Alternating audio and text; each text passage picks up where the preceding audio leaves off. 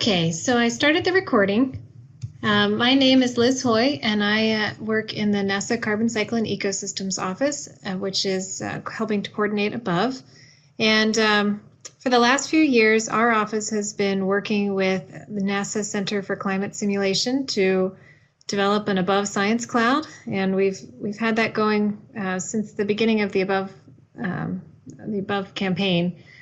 And so now that we have phase 2 investigators selected, we thought it was time to have a new webinar just to remind users what the ABoVE Science Cloud is, what you can do in the ABoVE Science Cloud, and a little bit about how to onboard onto the Science Cloud in order to use it. It is a process that takes a little while. So we wanted to do this webinar prior to the ABoVE Science Team meeting in May, so that if you're new to the science team, you'd have an opportunity to get the process started before coming to the science team meeting, so that then while you're there, you can ask me or our representatives from NCCS about it. So actually presenting today is going to be Laura Carriere from the NASA Center for Climate Simulation. She's a contract employee there, just as so many of us are in NASA, and I will let her take it away. Thanks, Liz. So this is an introduction to the ABoVE Science Cloud here at the NCCS, which is the NASA Center for Climate Simulation. And we have, I'm going to work on this is our agenda for today. It's just an introduction to the NCCS, how the ABoVE Science Cloud fits into that. So then we'll do an overview of capabilities, what data is available, some of the services we provide, and a little bit about the Scientific Visualization Studio, and then some logistics about getting onboarded and what you can do when you get there. So hopefully this will help you understand what advantages you will see if you get accounts on the ABoVE Science Cloud, and how we can help you. And before Laura gets going, let me just jump in and say, if you're not speaking, while Laura's speaking, if you please mute your microphones so that we don't hear any background typing, anything like that. If you do have a question, you can of course unmute yourself and ask it, and or you can type it in the chat box and I can ask it for you. Thanks, Liz. Good points. So these are the team members for ABoVE. Mostly we work with Liz Hoy and Peter Griffith. So we have over the years, gotten to know a bunch of the other scientists. From the NCCS, we have a fairly large group of folks. Jim Shute does our ArcGIS services. We have some sysadmins, Kerman Scott. Julian does the NGA data. User services, you'll find Tim, then myself, Ellen and Dan Duffy are the government folks, Dan Duffy is now the SISTO chief. So we also have others behind the scenes who you will see less often, but are nonetheless equally important. Here are some references. These slides will be available later, so all of these links will be available to you later on. So the NASA Center for Climate Simulation has a number of different areas. For the most part, it really started as a high-performance computing for, right now we really specialize in climate and weather modeling. We have branched out a bit to do climate computing, increase our data storage.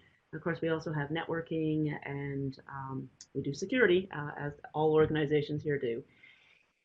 So there are primary customers. Folks like the GMAO, which is the Global Modeling and Assimilation Office. They are our largest customer on the NCCS high-performance computing side. We also work with the Land Information Systems and the Goddard Institute for Space Studies. On our ABoVE side, our ADAPT side, ABoVE would probably be one of our biggest users. We also work with HIMAT, Colette, WFIRST, and ISOSET2. Those last two are some new customers of ours. So all of the funding for this organization comes through the High-End Computing Program, and Zender Lee is the program manager, and we are located at Goddard Space Flight Center in Greenbelt, Maryland. So this is the slide that I had to modify, and I didn't have time to make the boxes smaller. So FY19 is kind of down on the corner in purple, but that's fine. This is our concept of where we've been and where we're going. Back in FY15, we were mostly compute and data services. So we would have our data portal, our mass storage, and our high performance computing. In FY16, we added ADAPT, which is our cloud environment or cloud-like environment. It isn't what you'd see in AWS, but it's certainly, we have virtual environments that we can spin up and spin down. In FY17, we moved to more of a combining that compute with storage by building a system called DAS, which ties analytics closer to the actual data. And that was about the time we built the ABoVE Science Cloud and got our users on board and working. Last year, we added a lot of analytics, and now what we're doing is we're moving really to more of a cloud native environment by moving all of our DApp nodes into an OpenStack world, which will allow us to start doing things like allowing users to do self-provisioning. We are not there yet. When listing FY19, I should have probably done FY19 to FY20. So we're also adding a lot of centralized storage, which with the current system which is called DAS, has about 9 petabytes available. CSS will have, well, it's about 21.6 petabytes raw, so that'll work out to about 17 petabytes usable. Talk a little bit more about the data we have a little further on. So the ABoVE Science Cloud is part of our Adapt environment, this cloud-like environment which surrounds a lot of data. It's a partnership between the Carbon Cycle Ecosystems Office, the High-End Computing Program, and the NCCS. So as I said earlier, it lives on Adapt, and there are some references here that, again, you can see later when these slides go online, the ABoVE site, the HEC site, and the NCCS site. And user services, when you're on here, we do have a group, support at nccs.nasa.gov, will get you to submit a ticket, and we'll get a response through that process. So what is cloud computing, and why do we do this? What we are doing here is a lot of co-location of the big data and our compute resources. With these custom designed virtual environments allow folks like the ABoVE team to say, I need this, that, and the other thing, and configure that yourselves and not be constrained by other users' requirements. Upgrading Python to this version or that version, it gives you a little bit more freedom. So it looks like your device, but we are doing the management for the most part. We kind of split that line with some of the software. If you can install it, we're happy to let you do that. If you need our help, we'll work with you to get that sort of thing done. So why us rather than something like AWS? Well, cost is still a factor. I won't deny that costs are changing as we go, but it still is a factor. And then our centralized storage, access to a lot of NASA data is a big attraction for most users. The ability to collaborate and have all of this NASA data available in one place. So this is a pretty picture of some of the hardware that we have available, and there are really 4 ways to use the resources we have here as an ABoVE user, and they run from fairly straightforward to a little bit more complex. So the easiest way to get access and start functioning is to request an ABoVE Science Cloud account, and as I said, we'll go through that a little later.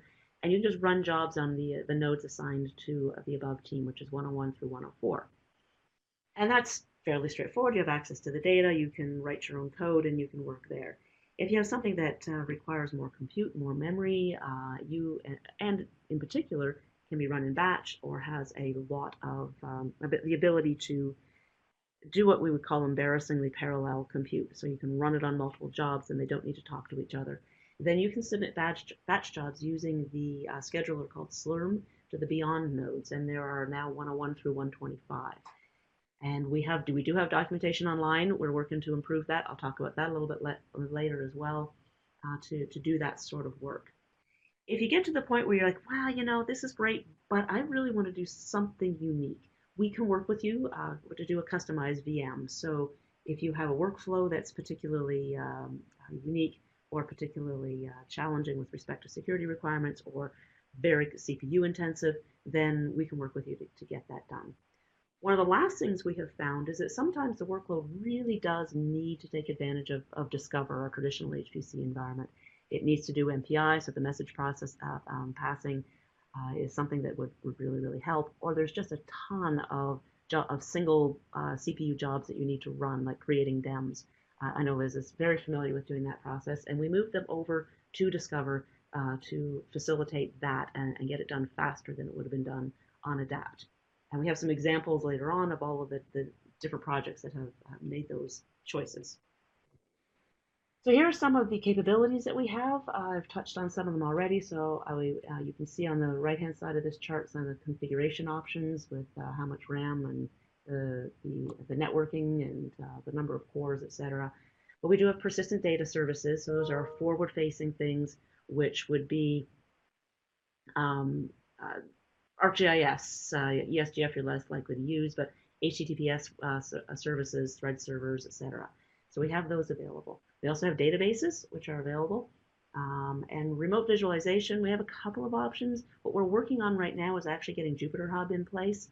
This will be for users, you'll do the dual factor authentication to get in, but you will actually be able to use Jupyter Hub once I just get enough people to do some testing and get it through security and make it available through the data services. The high performance compute on ADaPT, the 6,000 cores, I ran those numbers. They're changing because we're moving to, as I said, we're moving to a new OpenStack environment. But that's a pretty good estimate of where we are right now. And then the high capacity, high speed storage, those are, as I said, there's probably, I looked this up and now I've forgotten the number, 7 to 8 petabytes available on ADaPT. A lot of that is actually spoken for already. We're moving a lot of it to the centralized storage to try to free up some local storage on ADaPT. This is some of this, most of the software actually that is set up by default. So external license servers, if the PI has a licenser that they want to use, we can install that, or you can reach out to external license servers. Python, NetCDF, GDAL, R, and QGIS are available on these systems. We have access to both Esri's ArcGIS tools. That includes the server portal and the ArcMap systems as well, and IDL. And for operating systems, on the Linux side, it's Debian and CentOS. And we do have Windows systems, which is where you can run ArcMap to do those tools or any other software applications that require Windows. And the Windows machines have access to the same data store that the Linux systems do.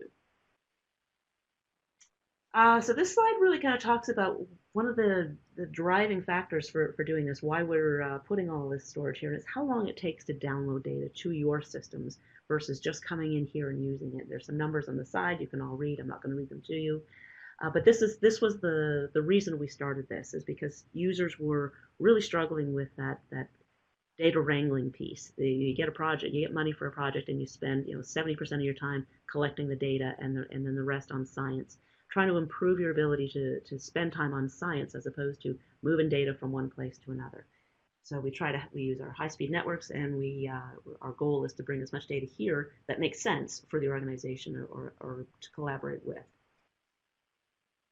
These are some examples of our data holdings. We have Landsat data. The MODIS data is actually available through a remote mount, which allows you to browse through the holdings to see what they are. Generally, if you want to compute on them, you probably want to copy some files over, compute, and then delete, because they're always available. We have both Mira and Mira 2. I don't think most folks use Mira anymore, but the Mira 2 data is still relevant. We have, as you can see, quite a bit of NGA data. We're up to 3.3 petabytes. And some of the other data sets, which are smaller, there's some, as I mentioned earlier, these digital elevation data sets. We've also been bringing the ABoVE products that have been turned into final products and archived at ORNL. We have moved them back over to here so you can access them here, and we're working on setting up an automated process so that as soon as they go into ORNL, they'll show up here fairly shortly thereafter. There are also some vegetation and land cover products, and anything generated by the science team that is not yet final can be shared here. There's some future data we're working on, what Jim Tucker is working on for the planet data, but that is not ready for anyone to access yet. So here's a slide on the NGA data. And if you're familiar with it all, I'll let you, those are the sensors, the satellites that we have access to. And we have a license with Digital Globe that allows us to bring this data in. There are restrictions on it, however. It is business sensitive in the sense that Digital Globe sells this data to other people. So there are fairly well enforced restrictions on what you can do with this data and how you can share it. You can use it for NASA ABoVE projects. You cannot use it for other projects. You can't give it to your postdocs and your graduate students who are doing something related and have them publish papers, because I will tell you there are people who actually monitor to make sure that this data is not used in other publications. And if they find it is, we are all at risk of losing access to this data. And it will obviously be traced back to whoever actually shared that data to somebody who is not approved to have access to it. So do be cautious and cognizant of those restrictions. Here is just an imagery of all of the data over the above study domain. That's in one projection and a circumpolar projection as well. Liz and I were talking earlier. There's probably more from a circumpolar projection than what you can see here, but as Liz says, that pretty much gives you the right idea. So we create an NGA footprints file. That is the path is listed here, and that is updated bi-monthly. And that older dates are also available because sometimes people just need access to something else. So the shape files are available by sensor, by product level, and by year. And then the footprints files they're just shape files, so they can be read by both QGIS and ArcMap. Data is added to the system weekly, but as I said earlier, the footprints files are only updated bi-monthly because it's a fair bit of work. That word future is there because it's a typo. That point got moved to another slide, so we can just ignore that and move on. So the ArcGIS, the geospatial platform architecture, and I'm assuming Jim is online. Jim Shute, as I mentioned earlier, is our GIS specialist, and he can answer any questions to this. I'm going to do a fairly high-level overview, but if you guys have questions, Jim's going to be the one answering them. So what we have, we do have a portal that is forward-facing, so you can share your data out to other organizations or collaborators if you so desire. And we have the servers for hosting. We can do mapping and image servers, geoprocessing at the back end, and provide all of that data out to the outwards. And you can also share it with your collaborators that as well. I'm sorry. And we also have a collaboration with the disasters team, the NASA disasters team. And so they have a very large ecosystem associated with this. And if you're interested in collaborating with them, we can certainly help you with that. Then there is this flowchart, which shows how you would publish data to the portal, because you can create it with ArcMap within our Windows boxes, but there is a specific process you need in order to get it available out through the portal. I am not going to go through this entire diagram. I wanted to share it with you just so you can see that we have a well-defined process. We have well-defined publishing steps, and this actually is going to go, we're going to make this publicly available at some point in the near future. Right now it's available if you talk to us. All right, so the next thing I'm going to do is I'm going to talk about some of the science that has been done here, but I'm also going to make the point that I am not the scientist that did any of this work. My point of going through all of this is really to show you what can be done here so you guys can see that sort of a thing, and to mention what sort of resources the scientists used within our environment so you can have some idea of how you can use the NCCS resources to do this sort of science. So this is the original project, the above water maps that was done by Mark Carroll, and he was our pilot user when we first set up the Above Science Cloud. We were looking for somebody to sort of try it out with, and Mark was the perfect use case. He was able to take, I don't think it's listed here, but he was able to take his workflow and change it from many, many months down to a couple of weeks. And Mark Carroll will actually be joining us, the NCCS, next week as our data scientist. So he will certainly continue to be available. This, as I said, was done on the prototype Adapt Science Cloud. So this one was done on the Above Science Cloud. So it's fire history, and multiple VMs on the Science Cloud were used to process both Landsat and MODIS data, and that developed this burn severity characterization. So this group, actually, Adriana Foster, asked us for some customized virtual environments within the Adapt Science Cloud.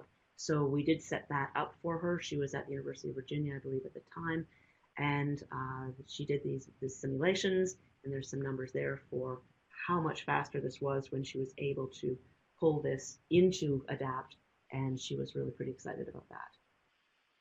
She did go on to do some really interesting visualizations with forestry as well. I'd love to have.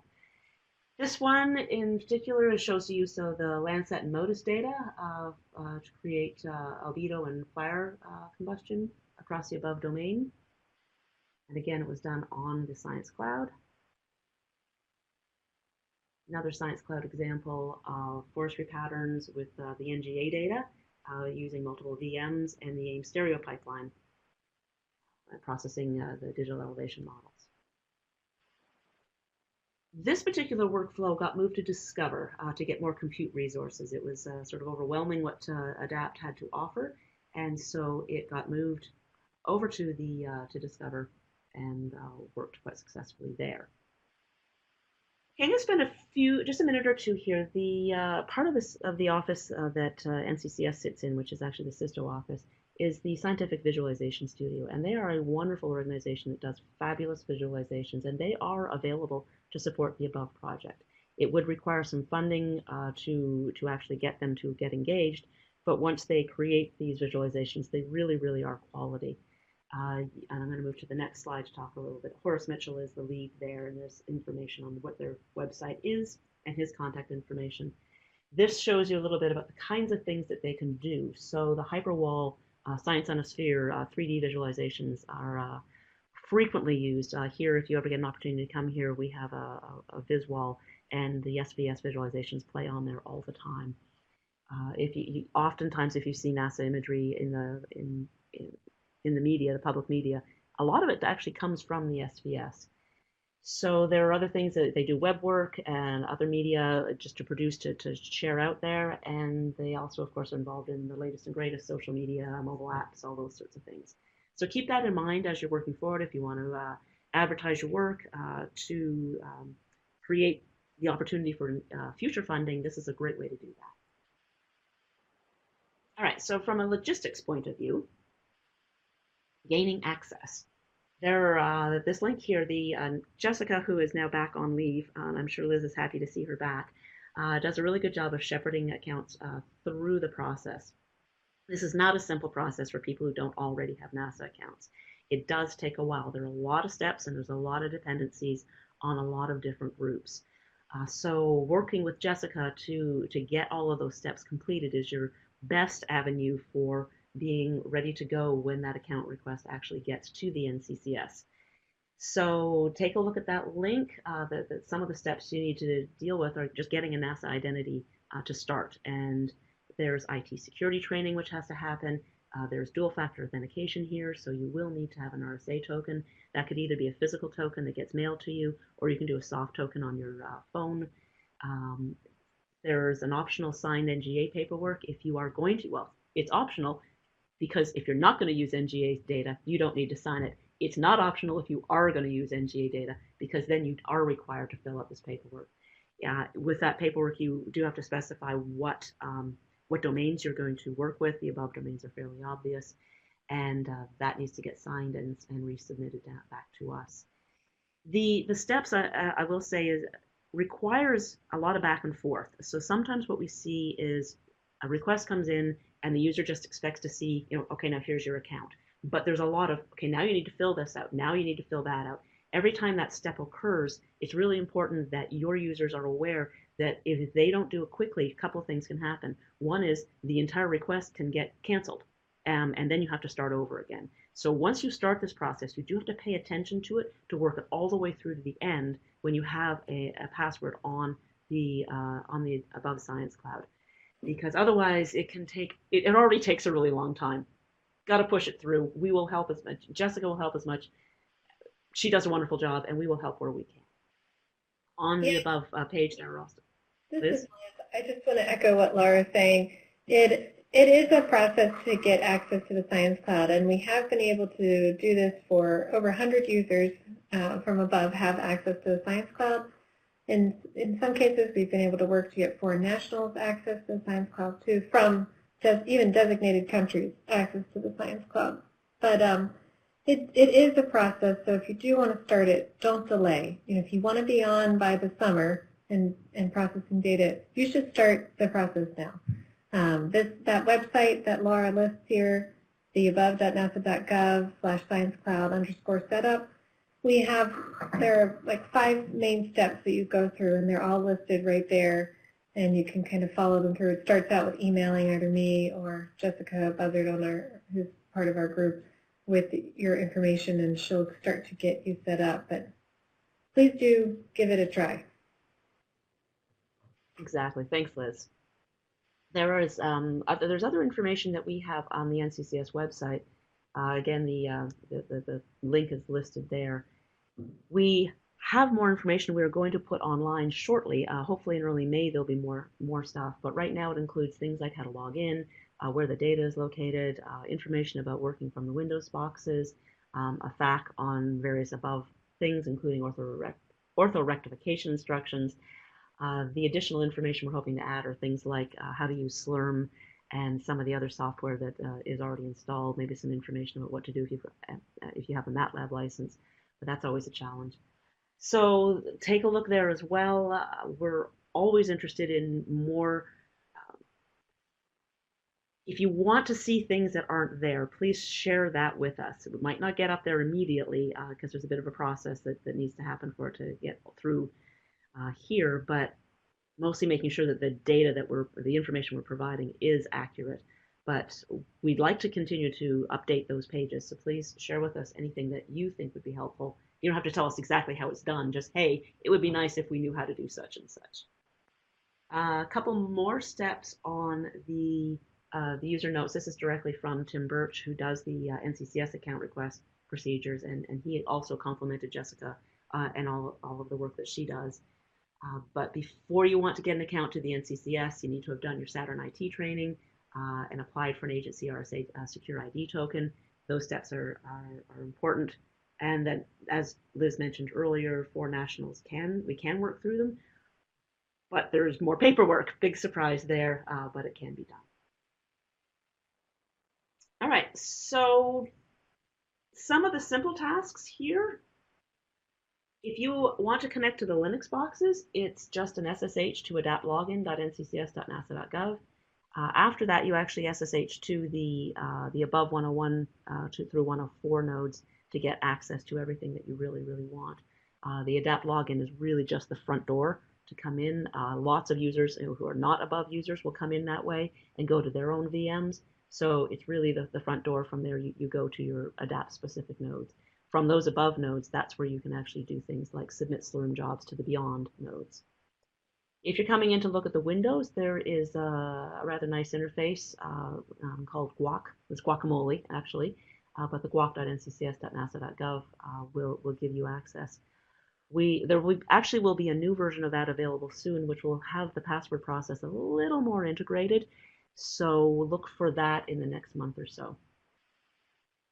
For transferring data in and out, the FileZilla is what we recommend if you go to the login node and you can get data that way. There's some information here which I need to double check to make sure that made it to our new website, but that should be on the website as well for how do you connect up with FileZilla. If you're going to, as I mentioned earlier with the NGA data, being really, really cautious about taking that elsewhere, but if you really do need it on a local machine, there is a box you can check on the NGA paperwork, and once that is signed, you have approval to do that, but you do need to use a different system in order to pull that data back out, because we really do want to protect our ability to have access to this data. Applications, there's some Python, Fortran, C, et cetera, There's a script to run Slurm. There's an arrow pointing to the cut and paste of that. This is actually a fairly simple kind of thing that could be done. There is definitely going to be better information on the website shortly. You can run it with the srun command. There are sq commands and an scancel to turn something off. So you can actually monitor the job, etc. Like I said, much, much better information coming online. So that's really everything I wanted to touch on as a high-level entry. We could certainly do more information on later dates. We have done more in-depth how-tos, but for this particular opportunity with new folks, I just wanted to give an overview of what was available and how you got to it, and hopefully generate some questions as to what you can and cannot do that we can help you with. And that'd be great. Thank you. Thanks a lot, Laura. I hope that this helps with some of our new ABoVE science team people, that you have an idea of what is available in the Science Cloud and how you could potentially use it. We've given you some examples of other ABoVE investigators who have used it. If you do have questions, feel free to ask them or type them in the chat box. So I see some people now are typing. Let's see. Michael has asked, easy questions, will these slides be shared with the group? And the answer is yes, they will be shared.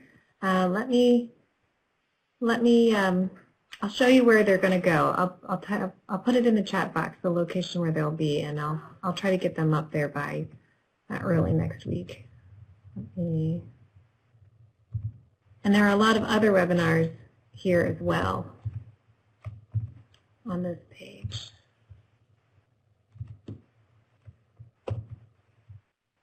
All right, so I've put it in the chat box where the webinar will be, and we'll put the link to the webinar and the slides there. All right, Andrew asks, is there any plan to add Sentinel-1 data? So one aspect of the Science Cloud I should mention is that we have these large data sets that we've already curated and added to the Science Cloud, but that doesn't mean that they're the definitive set of all large data sets that will be in the Science Cloud. If new users from this phase 2 of ABoVE come and say, well, I really need Sentinel-1 data, or I need a different type of Landsat data, we could make the choice to change our archive or to add a new data set as investigators need. So if there's a push from the community, from all of you, that you want a different data set added, we can help you add that data, you can add that data, and we can put it in a shared location on the Science Cloud for everyone to access. So, you know, we've shown a couple examples of what data are available, but we could add other data sets too.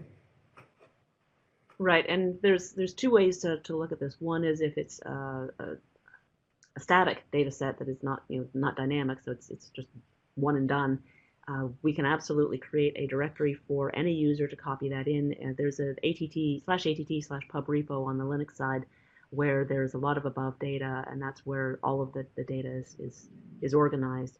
And if you have data that you want to quickly bring in and share, yes, we want to talk to you about how big that data is and how long you think it'll need to be there. Presumably the length of the ABoVE project, or even just the phase 2. And that's pretty straightforward. It gets a little more complicated if it's data that we want to keep updated on a regular basis, because that requires more resources. So then we would have to have a larger conversation about how we would do that. But yes, we're open to those sorts of things, and that'd be great. I mean, the Sentinel-1 data, I think other people have mentioned it, right, Liz? It's not the first person who's mentioned it. Yeah, I think I've seen that one before, and I think there actually is some Sentinel data up there where there was a Landsat Sentinel harmonization project, and someone was working on that. I can't remember who it was. They weren't quite finished with the harmonization product for the ABoVE domain, but once they were done with it, they were going to add it to the Science Cloud, and so we could make it available. So I think I'll check back on that and see. But yeah, that's a good idea. Even with our Landsat archive, it doesn't go up all the way up to 2019. So that's something I've discussed with other ABoVE Science Cloud users as well, is do we need to update that? And if so, there are some new Landsat data sets available now, like the analysis-ready data, and should we switch to that? That's something I think that the group of Science Cloud users will need to help me and Laura figure out, is what's the right data set to have in the Science Cloud, and what are users going to need. Right, and one of the other things we are working towards are having curators associated with these data sets, so that somebody can make these decisions, and it's not just, Liz is pretty much the default curator for all of these data sets, but it would be good, because if we don't know anything, we're going to Liz first. But it would be much better if somebody brought data in and was assigned the curator role. Yeah. Solomon has asked, what is the typical wait time for jobs that are submitted to a queue? I don't. It varies. Yeah, it varies is certainly the correct answer. We do not typically see a significant wait time on the ABoVE nodes as it stands, though. There are 25 compute nodes currently allocated to the above Sloan instance. And if we were to see that regularly saturated, there are more resources out there that could be provisioned to help alleviate. So, Scott, would it be fair to say Right now I look and, sorry. Go ahead.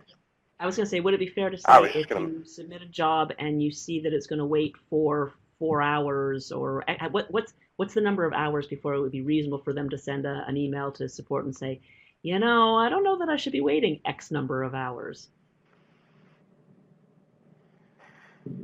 Because I remember at least one time when there was one user who pretty much had submitted about 500 jobs in a row, and nobody was going to get in for a really long time. And that's that's true, but we have taken measures since that time to implement saner resource limits per user, such that one user cannot saturate all of the nodes. I believe the upper limit of nodes for a single user right now is 10. Okay. So anyway, if you feel like it is, if it feels like there's something that's not right, feel free to send us an email, and we'll either say, yeah, sorry, that's the resource availability, or we'll let you know that, oh, wow, somebody's doing something that they probably shouldn't be doing, and we'll take care of it. But for the most part, you should be able to submit a job and get it running, soon. It's Discover, I think you have to wait a lot longer than on Adapt, but you're doing much bigger jobs over there. I'll just make a note too. I put in the chat box the email for NCCS, which is support@nccs.nasa.gov. And so they're very responsive if you have a question, if you already have an account.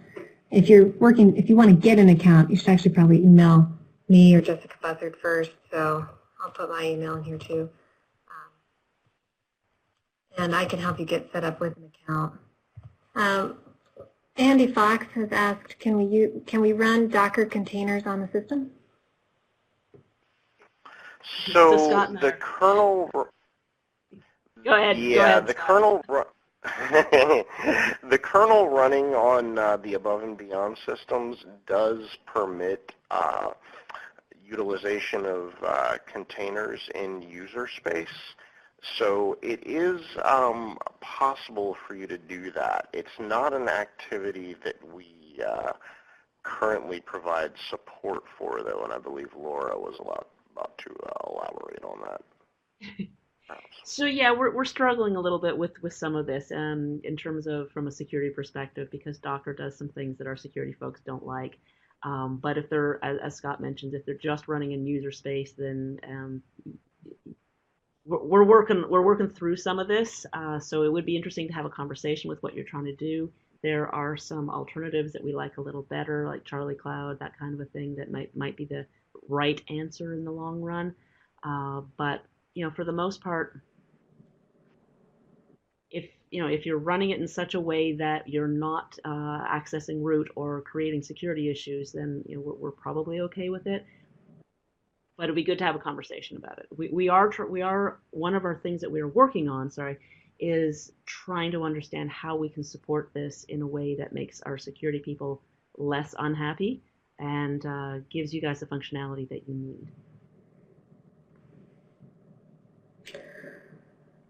All right, we've gotten a really long chat from Suzanne Hodkinson, who has said, hello, I'm the data management person for the Archaea to Atmosphere project, which leverages ABoVE data to scale Arctic methane emissions. Same project as Christina Herrick, who is also on this webinar. We are working on a novel graph database platform for storing diverse data types, which includes greenhouse gas fluxes, geochemistry, and microbial sequencing data. In addition to links to remote sensing data sets, including ABoVE data, we'd like to know if we should be submitting our project's public data to the ABoVE Science Cloud for use by other investigators, and if so, if this includes all of our project's public data or just certain remote sensing data sets. So that's a great question, and before I answer it outright, let me just say that so as part of the ABoVE project, ABoVE has its own data management policy, its own data policy for what different investigators within ABoVE need to do with their data. So if you're a NASA-funded investigator, you're required to submit your data to a NASA DAC, which DAC stands for Distributed Active Archive Center. And so your data goes to an archive center, and then we are actually, as part of what we're doing with the Science Cloud, we can pull that data set back into the ABoVE Science Cloud. And we've done that for some of the data sets that have already been created by ABoVE principal investigators. So far, those data sets have been small in data size, so it hasn't been too much to add it back into the Science Cloud, or perhaps it's been a data set that another Science Cloud user has asked for to have access to in the Science Cloud. So when we start getting to other data sets to add to the Science Cloud, we like to, especially if it's a large volume of data, where we would first like to see who needs to use that in their project. So if someone needs to use a large data set in their project, such as the one that you're putting together, Suzanne, we could work with that investigator to add it to our site or our database or our cloud location and make it available. If if we don't have anyone who needs to use it right away, we would probably hold off on adding it.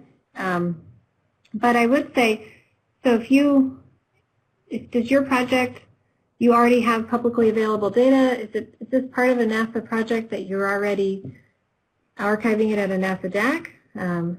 And are we talking about a lot of data? Those are a few questions that come to mind.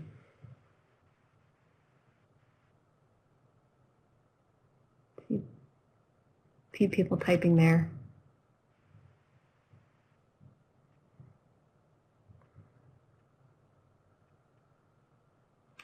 So Daryl Yang, while Suzanne is typing a reply, Daryl Yang has asked, can international users access some high-resolution data like Worldview 2 and 3?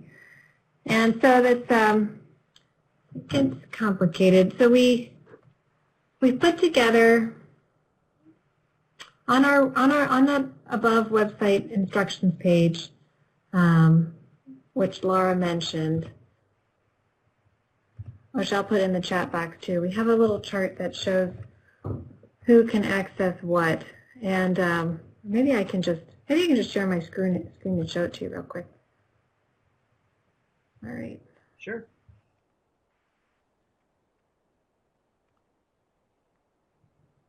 Okay, so you can see there are different types of data that we have in the Science Cloud. We have public data sets, which are already freely available at NASA archive centers, and so anyone can access them, U.S. citizens, foreign nationals, and foreign nationals from designated countries such as China.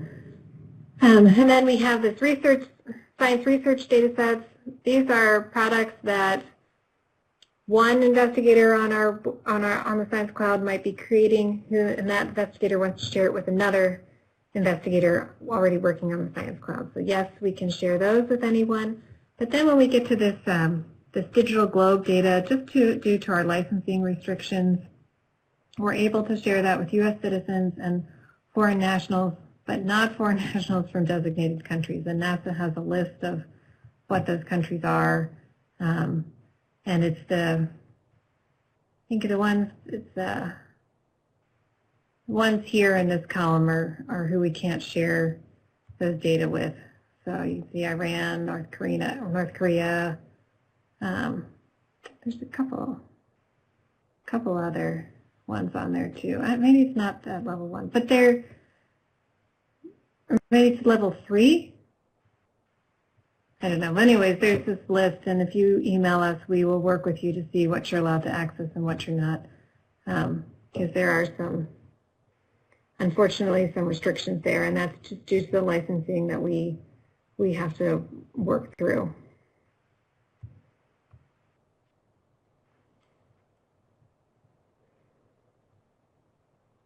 Okay. However, that doesn't mean that someone else from your project could use the data. So you might, one person might not be able to use it, but there could be another person from your project that could use it. And then any products that you create from that high-resolution imagery, those projects, as long as they no longer show the original imagery in them, those products can be shared with anyone you'd like. An example of that is if you take, two of the high-resolution images and you create a digital elevation model. The digital elevation model can be shared with anyone, whereas the imagery cannot. That would be the same if you took the original imagery and you created a land cover classification from it. You wouldn't be able to share the imagery, but you could share your classification of the imagery, as long as there's no longer any identifying information about the original imagery.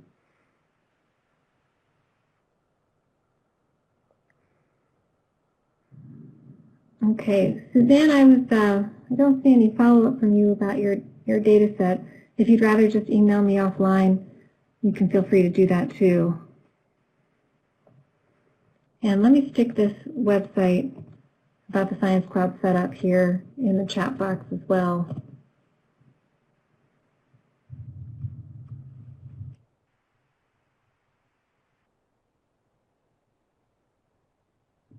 All right, do we have any other questions? You can also take yourself off mute and feel free to ask it as well.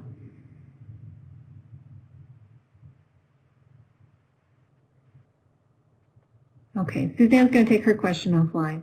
Did we have any others?